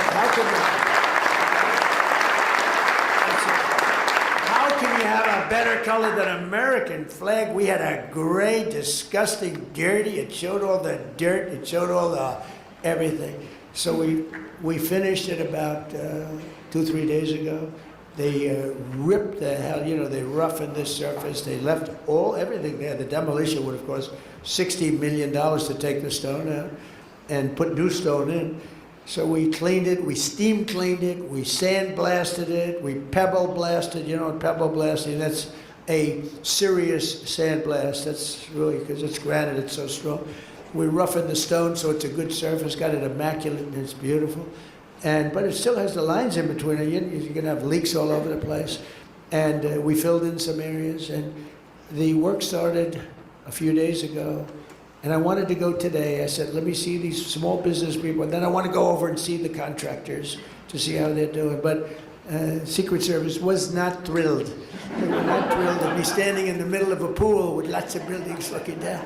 You know, we have to be a little conscious of that, right? Chris, you'll have a new boss someday. And I don't know if you'd like that. So here's the story, just in a nutshell. For a much better job, 1.9 million, 1 week. Because I don't call actually the Parks Department did a great job. They cleaned, they had a lot of men cleaning, they're scrubbing the scum off years and years of decay and bacteria and everything else you can think. It was terrible, actually. It was worse than the people would tell me. They say how bad it looked. It was much worse. The Parks Department did a fantastic job. They got it down to the surface, and these guys came in and made the surface really, really good. And now the fun starts, and they're putting it down. So, ready?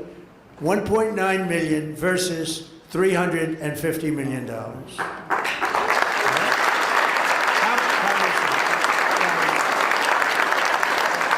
A great, beautiful blue color, American flag blue, as opposed to gray, right? What is not gray, but it's one of those things. And instead of 3.5 years, it's 1 week. So think of that, 1 week. So everybody say, well, yeah, but you can't compare this. Yeah, you can. It's much better. It's a much better job. This will last for at least 50 years, and you'll never have a leak. It's very strong. You couldn't, if you had a knife, I don't want to give anybody ideas. If you had a knife, you can't even cut it. So strong, so powerful. It's like powerful rubber. It is beautiful, sealed. And I looked at just one of the little pieces that they did to finish. It's like a piece of glass. Beautiful color, beautiful everything. You could never get anything like that.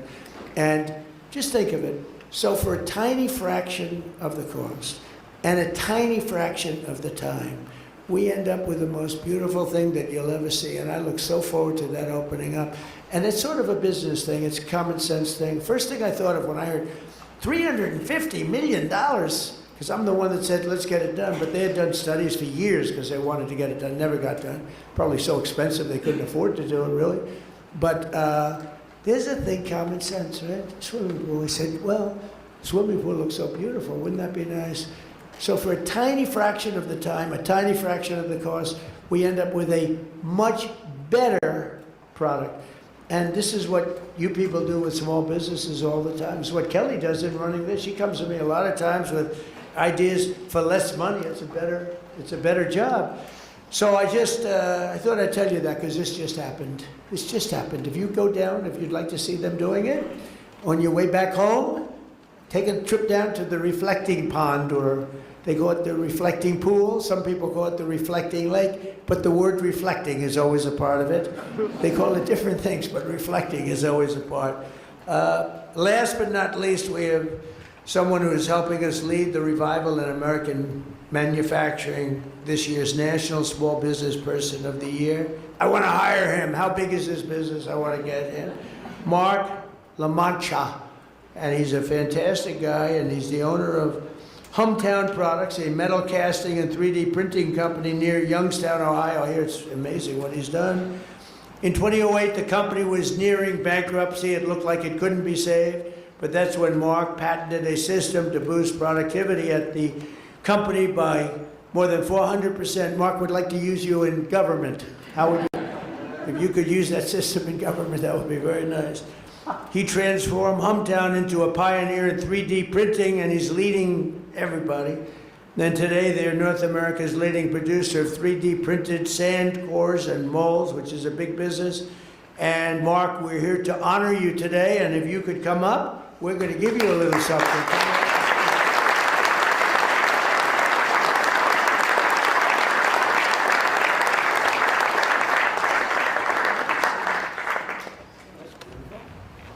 I want to get one of them for myself. I'll honor myself. Would you like to say a few words? Mr. President and Administrator Loeffler, I would like to thank you for the opportunity and the privilege to represent the 36 million small business people, to be an ambassador for the largest part of our economy. And I would like to thank you from the Hometown Products Industrial Athletes team that I have the privilege of serving every day as their head coach. But even more, I would like to thank you, Mr. President, for restarting and rebooting our economy. And manufacturing used to be 38% of our economy, and it's down to 9%. And I know that you love America, and I know that you want to restart that.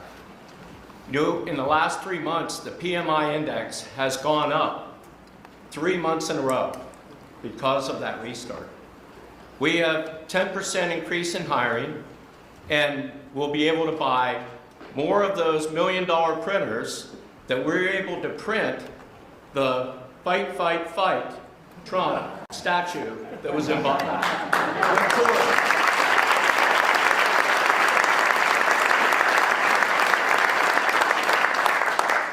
So I want to thank you from the bottom of my heart for loving America.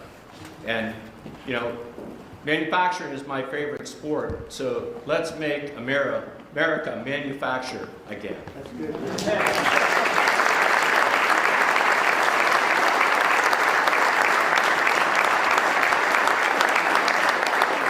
Great job. I heard it's a great company. Done a fantastic job with it. Thank you very much. And you're right. Well, we lost our manufacturing business, and I used to listen to President Obama say, "You'll never get manufacturing back. It's the biggest business in the world if you get it back."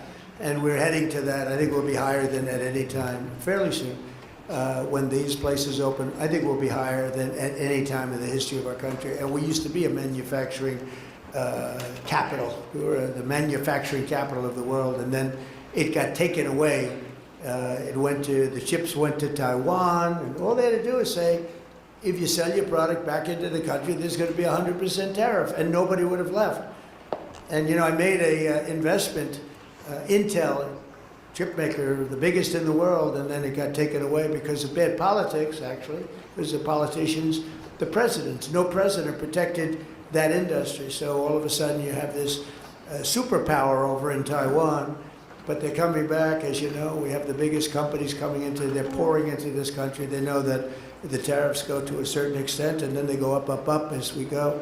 But I will say that it's so sad to see what's happened, but it makes me so happy to say we're bringing it back. And as sure as you're sitting there, I mean, these are companies that are fully committed. There are many under construction. They're on their way.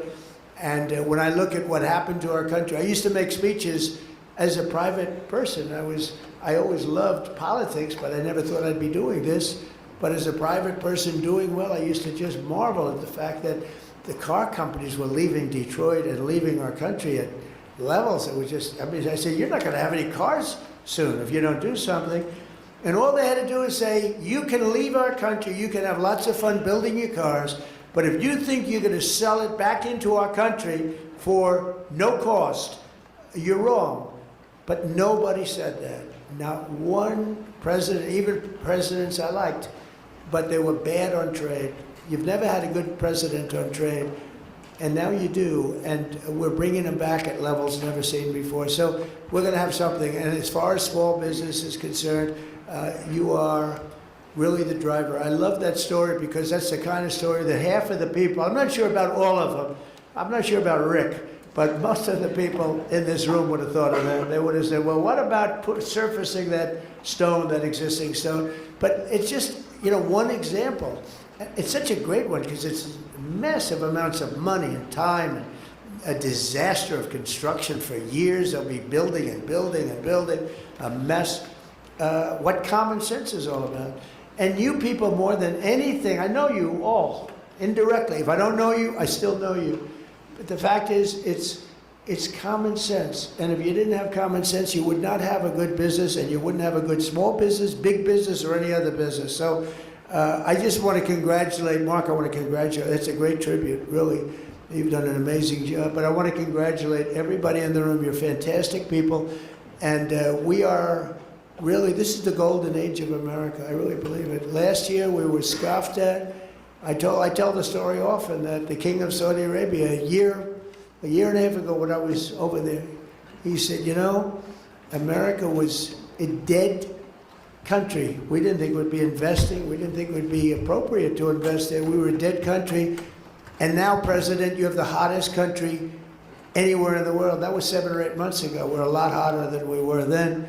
We had to do this little excursion, but the excursion is, the stock market's higher now than it was when I assumed the market would be down 25%, and that was worth it to get rid of lunatics that would have nuclear weapons that can wipe out countries with the push of a button. You can't do that.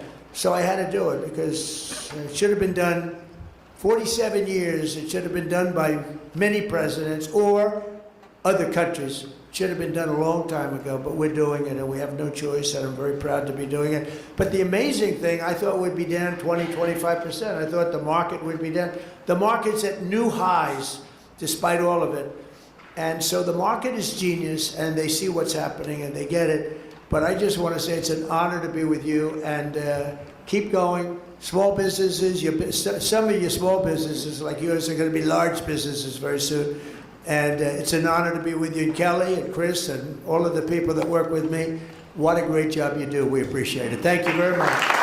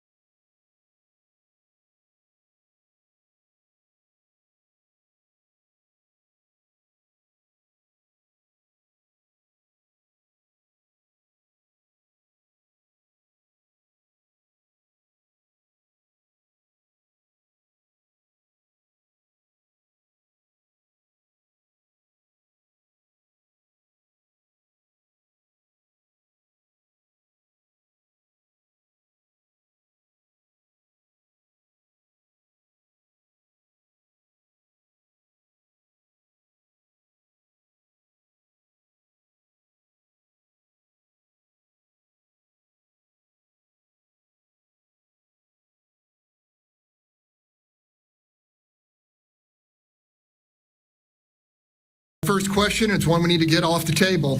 Seniority is often called the coin of the realm in Congress. Congressman Green has it. Congressman Menifee is beginning to build it. Why should seats on influential committees matter or not matter to voters in this upcoming election? All right, Congressman Menifee. Seniority matters when it performs like the late Congresswoman Sheila Jackson Lee did when she got the vice.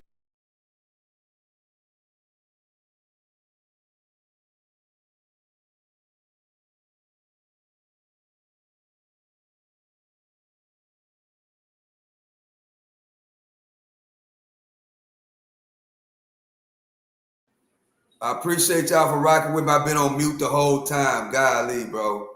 I appreciate y'all for rocking with me. It is late.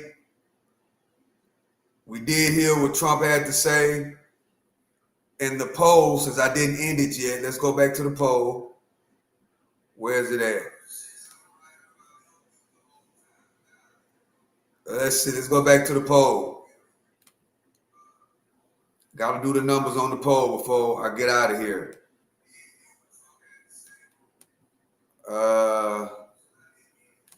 17 people still vote. Appreciate y'all for sticking around, chat. The people that did stay, I was on mute. The poll, who you want in office now? 55% of the people say Trump. 40% of the people say Harris, which is pretty much a split. So y'all, appreciate y'all for rocking with me. I thank everybody for voting. I did want to react to this debate that's going on for the city council in Houston, but it's kind of late. I think we're going to pick it up in the morning, 8 a.m. We will be, the Stock Sniper show will be kicking off bright and early in the morning, 8 a.m. So please come through in the morning and come rock with me. We will be reacting to District 18 in Houston, Al Green against this young man right here for the 18th District City Council midterm elections. The midterms, man, is getting kind of crucial. With all this is going on with Trump, I don't know, will what Trump doing right now cost the Republicans the mid-election? In my opinion, Chad, the way it's going, if the Democrats take over the mid-election, I think 2028 will be real, real ugly for the Republicans. So, man, that'd be real, real crazy. But in the morning, we will pick it up with the Stock Sniper show. As I end the poll right now, 114 votes. One more vote did come in. Biden, who do you want in office? 4% of the people says Biden. 40% says Harris. 55% goes with Trump out of 114 people. I'd like to thank all 114 people for voting. I'm about to end the poll right now as we end the live stream on the Freedom of Speech channel. I appreciate y'all for rocking with me. This is the Freedom of Speech channel. I am your host, the one and only Stock Sniper. Please join me bright and early in the morning for the Stock Sniper TV show, which will be bright and early in the morning. So with that being said, I love and I appreciate y'all, chat. Thank y'all for coming and hanging out with us. You know, with that being said, I love and I appreciate y'all. To the next one, I'm out. Oh, let me get over here. Okay, right here. Good night, chat. Hope y'all come rock with me in the morning, 8 a.m., the Stock Sniper show. With that being said, I love and I appreciate y'all.